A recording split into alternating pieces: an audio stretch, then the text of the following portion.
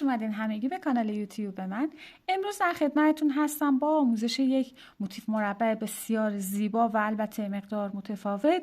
یک موتیف مربعی که ابتدا پترن اون کار رو میبافیم و بعد با بافت تزئینی روی کار اون رو تزئین میکنیم و به هر مدلی که دوست داشتیم میتونیم اون رو در واقع بافت بزنیم. کار بسیار زیبا و خاصی هم هستش. از این کار زیبا میتونید برای بافت انواع پتوها، بسیار زیبا برای پتو نوزاد، کوسن، برای انواع مدل کیف فوق العاده میشه. و یا اینکه دوتا کار رو روی هم دیگه کنار هم قرار بدید، حالا البته مال من رنگاش متفاوت هست، و یک حاشیه زیبا برای اون بافت بزنید و اون رو تبدیل کنید به یک دستگیره بسیار زیبا. هر اندازه‌ای هم که دوست داشته باشید میتونید اون رو کوچیک‌تر، بزرگتر، تو هر سایزی که خواستید ببافیدش. اگه برای پتو استفاده میکنید میتونید حتی به صورت موتیف اون رو نبافید، پترن این کار رو یه تیکه ببافید و بعد بافت تزئینی کار رو روش برید. انواع مختلفی هم هست، میتونید همونطور که ملاحظه میکنید من به 2 روش بافتم، شما دوختش رو زدم، شما به هر روش های دیگه که دوست داشته باشید میتونید اون کار رو انجام بدید. و دیگه اینکه این پترن این کارمون در واقع 4 رج هستش که اون 4 رج رو تکرار میکنیم و من این کار رو با کانوه آکریل تاپ بافتم و قلاب شماره 3 میل. پترن اصلی کارمون که تک رنگ بافته میشه. برای دوخت تزئینی در واقع این گل‌هایی که روی کار ما بافت زدیم هم با خورده کانواهایی که از کارهای قبلیتون به جا مونده خیلی راحت میتونید اونها رو استفاده کنید و همینطور که میبینید کارهای زیبایی رو خلق کنید. پس بریم با هم دیگه این آموزش رو داشته باشیم. قبل از اون ممنون میشم که ویدیو رو لایک کنید و سابسکرایب هم یادتون نره. خب برای شروع بافتمون باید یه تعداد زنجیره بزنیم. زنجیره هایی که میزنیم باید مضربی از عدد 8 به اضافه 3 باشه. یعنی چی؟ یعنی شما یه عددی رو انتخاب میکنید که بر 8 بخش پذیر باشه و در ادامه اون عدد رو به اضافه 3 میکنیم. من اینجا الان یک سایز کوچیک بافتم که 3 تا دسته در واقع دارم. شما میتونید هر اندازه که دوست دارید مناسب با کاری که انتخاب میکنید تعداد زنجیره هاتون رو انتخاب کنید. من اینجا میام این اندازه‌ای که من الان بافتم 27 تا زنجیره بوده، یعنی عددم 24 بوده که بر 8 بخش پذیره هست و به اضافه 3. خب پس من یه گره سر قلاب میزنم و شروع به زدن زنجیره میکنم. اینجا 27 تا زنجیره بافت میزنم. 1 2 3 27 تا زنجیره زدم و در ادامه دستم رو روی زنجیره آخر قرار میدم. میتونید مارکر هم بزنید.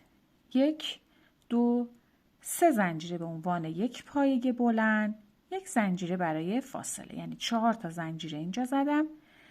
پایه‌ای که روش انگشتم رو گذاشتم رها میکنم، این پایه رو کار ندارم. پایه بعدش هم رها میشه، میام روی پایه بعدی یک پایه بلند میبافم.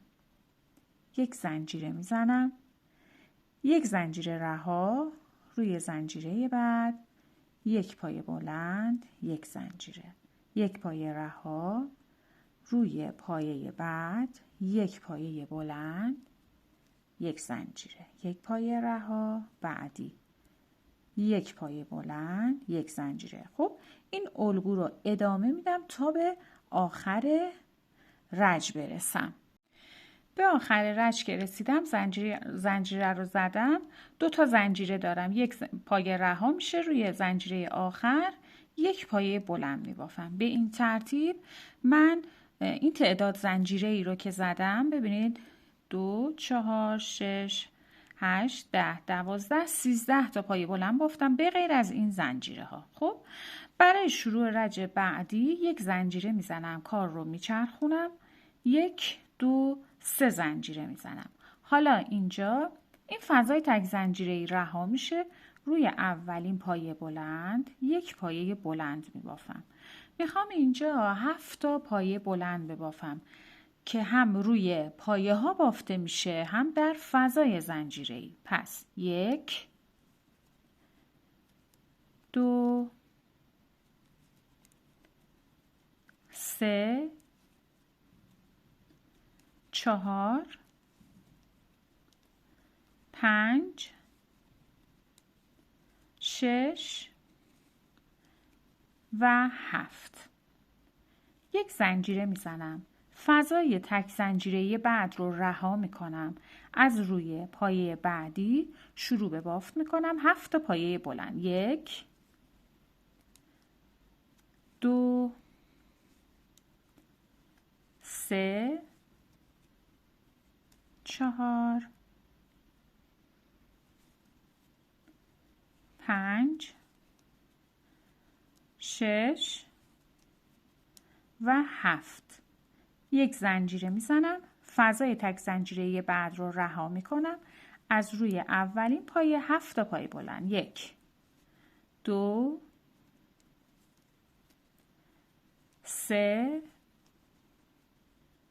4 5 6 و پایه بعد 7. 7 تا پایه بلند آخر رو هم به این صورت بافت زدم و در ادامه یک زنجیره میزنم. میام روی این تعداد زنجیره‌ای که اینجا داشتم یک زنجیره رو رها میکنم روی زنجیره بعدی. یک پایه بلند هم اینجا میبافم. تا به انتهای رژ برسیم این قسمت ها ابتدا و انتها به این صورت ادامه داره و کامل میشه. و نکته دیگه این که شما هر اندازه که بخواید موتیفتون بزرگتر باشه این 7 تا پایه بلند ها این دسته ها در واقع ثابت هستش. اون عددی که گفتیم عددمون مضربی از عدد 8 به اضافه 3 باشه برای همینه. ببینید الان اینجا رو این دسته های هفتایی من هستن. شما هر تعداد که کارتون بزرگتر بشین تعداد دسته های هفتاییتون هستش که بهش اضافه میشه. خب و به این صورت حالا ادامه میدم بافت رو. برای شروع رج سوم میام یک زنجیره میزنم. کار رو میچرخونم. 1 2 1 2 3 زنجیره دیگه یعنی میشه رو هم 4 تا زنجیره. فضای زنجیره ای رو رها میکنم و از روی پایه بعدی 1 2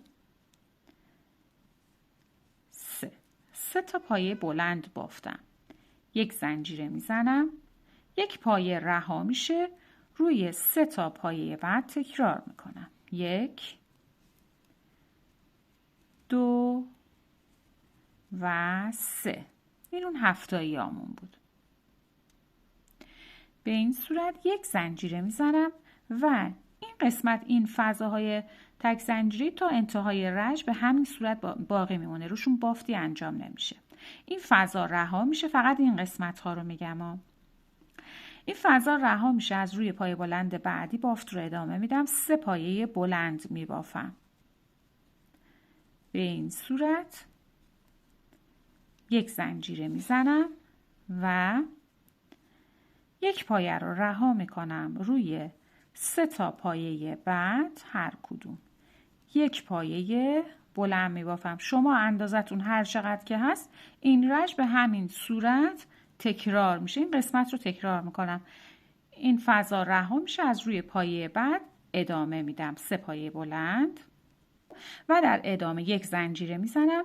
میام یک زنجیره رو اینجا رها میکنم روی زنجیره بعدیش. یک پایه بلند هم اینجا میبافم. به این صورت. این صورت رژ رو که به انتها رسوندم یک زنجیره زدم و یک زنجیره اینجا رها میشه. روی زنجیره بعدی از اون 4 تا زنجیره یک پایه بلند میبافم و یک زنجیره میزنم. کار رو میچرخونم به رو. برای شروع رج سوم برای شروع رج چهارم 1 2 3 زنجیره دیگه اضافه میکنم. یک فضا رها میشه. از روی پایه بعد 7 تا پایه بلند میبافم. 1 2 3 در فضا هم یک پایه بلند. 4 5 6 و 7. یک زنجیره میزنم و ادامه میدم. این فضا رو رها میکنم، از روی پایه بعد 7 تا پایه بلند میبافم. 1 2 3 4 5 6 و 7. این فضاهایی که گفتم ابتدای باف گفتم توشون باف زده نمیشه و ادامه پیدا میکنه. این تکیه‌ای که این وسط باف هست درونش پایه میخوره و به این صورت یک زنجیره میزنم، یک فضا رها میشه، از روی پایه بعد 7 تا پایه بلند رو تکرار میکنم. 2 7. یک زنجیره میزنم، روی زنجیره دوم یعنی یک زنجیره رها میشه، روی زنجیره بعدی یک پایه بلند میبافم به این صورت و یک زنجیره میزنم. کار رو میچرخونم. 1 2 3 زنجیره میزنم، این فضا رها میشه. رج پنجممون هست. الگوی باف از این به بعد تکرار میشه. یک پایه بلند از ابتدای بافت، یک پایه رها بعدی، یک پایه بلند، یک زنجیره، یک پایه رها بعدی، یک پایه بلند، یک زنجیره، یک پایه رها بعدی، یک پایه بلند، یک زنجیره، یک فضا رها بعدی، یک پایه بلند، یک زنجیره. خب به این صورت این الگو رو کامل میکنم. به این صورت رج رو به پایان رسوندم. یک زنجیره میزنم، یک زنجیره اینجا رها میشه، روی زنجیره بعدی یک پایه بلند میبافم، یک زنجیره میزنم. الان این الگو رو دوستان گفتم از ابتدای رج تکرار هستیه. من یک بار بافتم، باید 3 مرتبه دیگه این الگو، این قسمت باید تکرار بشه. خب به همین صورت کار رو میچرخونم. 3 تا زنجیره دیگه میزنم، مثل ابتدای رج شروع میکنم، یعنی یه هفتایی الان باید اینجا ببافم. یک فضا رها میشه، از روی پایه بعد 7 تا پایه بلند. 1 2 3 4 5 6 و 7.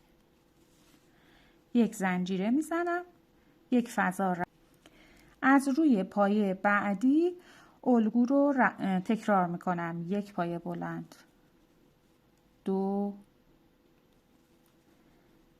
3 7 تا پایه بلند داشتیم دیگه، 4 به همین ترتیب. خب 7 پایه بلند، یک زنجیره، یک پایه رها تکرار میکنم. به این صورت رج رو که به اتمام رسوندم، روی زنجیره ها هم زنجیره دوم یک پایه بلند میبافم، یک زنجیره میزنم، کار رو میچرخونم. 3 زنجیره دیگه، یک فضا رها، روی 3 تا پایه بعد الان تکرار اینجا هستیم، هر کدوم یک پایه بلند میبافیم. به این صورت یک زنجیره میزنم، یک پایه رها، 3 پایه بعد هر کدوم یک پایه بلند رو تکرار میکنیم. یک پایه رها میشه و از پایه بعد این الگو رو به همین صورت ادامه میدیم. خب پس طبق چیزی که گفته شد اون رو تکرار میکنیم. یک مرتبه رو بافتم، مرتبه بعد نصفه هست. در کل ما 4 مرتبه باید این الگو رو تکرار کنیم. خب دوستان به این صورت من رج رو به انتها رسوندم. بشماریم چند رج بافتم کلا. 1 2 3 4 5 6 7 8 9 10 11 12 13 رج بافتم. رج آخرمون باید به این صورت بافته شده باشه، یعنی درست مثل رج ابتدایی، یک پایه بلند، یک زنجیره، یک پایه رها، به همین صورت بافته میشه. خب حالا میخوایم این بافت تزیینی روی کار رو انجام بدیم که یا حالا گل تزیینی روی کار. خب هر کدوم از این قسمت هایی که ما اینجا داریم، این یک قسمت هستش همونطور که توضیح دادم. به این صورت شما هر تعدادی که بافتتون بزرگتر باشه، حالا از طول یا عرض فرقی نمیکنه، این هفتایی ها هستش که توی هر دسته زیاد میشه. خب توی هر رنج. حالا برای دوخت تزیینی سوزنمون رو من به صورت دولا نخ کردم، انتهای نخم دولای بسته هست. خب ادامه میدیم از یک کدوم از این قسمت ها قرار هست شروع کنیم. این فضای تک زنجیری که بین این سه تا پایه بلند ها هست، اینجا سوزن رو وارد میکنیم از پشت بافت به این صورت و سوزن رو درون دولای بسته انتهای نخمون میکنیم تا یک گره در واقع اینجا ایجاد کنیم و کارمون رو فیکسش کنیم به این صورت. حالا من توی فضاهایی که این بالا دارم به این صورت رفت و برگشتی دوخت میزنم. شروع میکنم توی ابتدای بافت، میام توی فضای اول و برمیگردم تو مرکز کارم به این صورت ادامه میدم. فضای بعدی سوزن رو وارد میکنم و به همین شکل سعی کنیم که مرتب تر باشه تا جایی که امکانش هست و باز برمیگردم فضای بعد سوزن رو به این صورت وارد میکنم، ادامه میدم.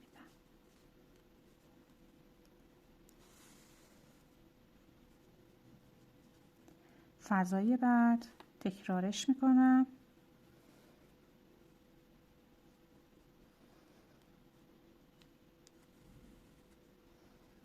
فضای بعدی میفته این یعنی آخر این قسمت که میشه این فضای تک زنجیری که تا پایین کار امتداد داشت.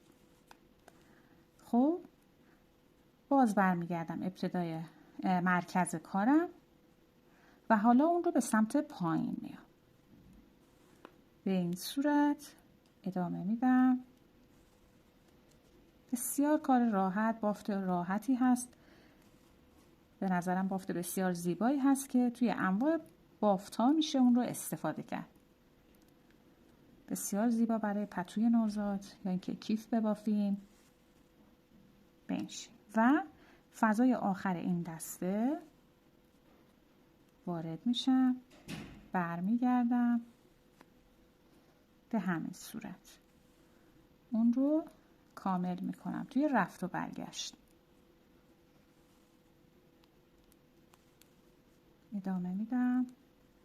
رنگ ها هم دیگه به سلیقه خودتون، توناژ رنگاتون رو میتونید انتخاب کنید و در واقع کارهای زیبایی رو خلق کنید. ادامه میدم تا به همین صورت فضای بعدی ادامه میدم تا به فضای آخر برسم. خب به این صورت من یک قسمت رو کامل کردم و در ادامه برمیگردم پشت بافتم، نخ رو لابلای بافت میچرخونم و در واقع اون رو پنهونش میکنم با سوزن.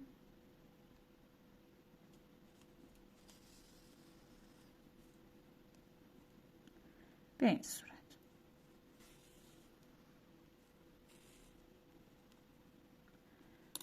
و در ادامه هم اون رو کاتش میکنم. خب یکی از گلها رو کامل کردیم. خب برای قسمت وسط بافت هم به همین صورت این مربع رو اینجا باید طبق الگو کامل کنیم. باز از فضای زنجیره‌ای وسط بافتمون درست مثل این کاری که اینجا انجام دادیم رو اینجا هم تکرارش میکنیم. همین صورت دولای بسته انتهای سوزنم هست، به این شکل اینجا اون رو فیکسش میکنم.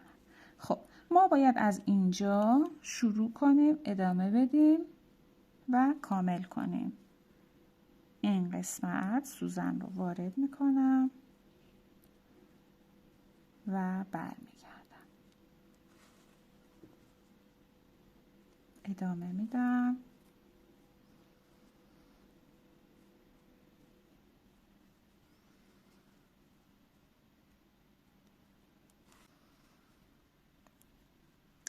برمیگردم توی مرکز کارم و به همین شکل.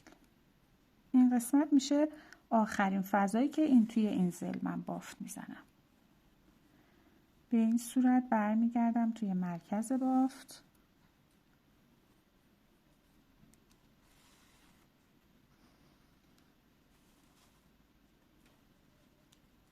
ادامه میدم و فضای آخر توی این ضلع. به این صورت اون رو به این شکل کامل میکنم.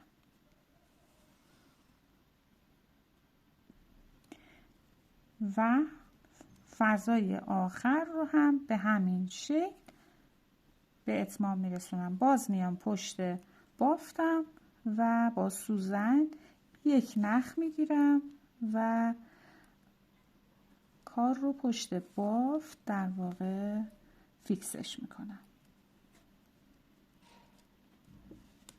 میتونید لابلا خوب بچرخونید و محکم کاریتون رو اساسی تر انجام بدید. خب این میشه این دوتا قسمت. شما میتونید کار رو مثل این کاری که من الان بافتم توی همه مربع ها رو با این بافت دوخت تزئینی کامل کنید، یا اینکه نه من الان میخوام این پای این فضا دیگه دل بخواه هر جور که خواستید اون رو میتونید کاملش کنید. خب دوستان این هم از پایان آموزش موتیف بسیار زیبامون. امیدوارم که ببافید و از بافتش لذت ببرید و چیزهای جدید و زیبایی با اون خلق کنید. مرسی که تا این لحظه با من همراه بودید. امیدوارم شما رو همچنان در ویدیوهای بعدی هم ببینم. تا یه روز دیگه، خدا نگهدارتون.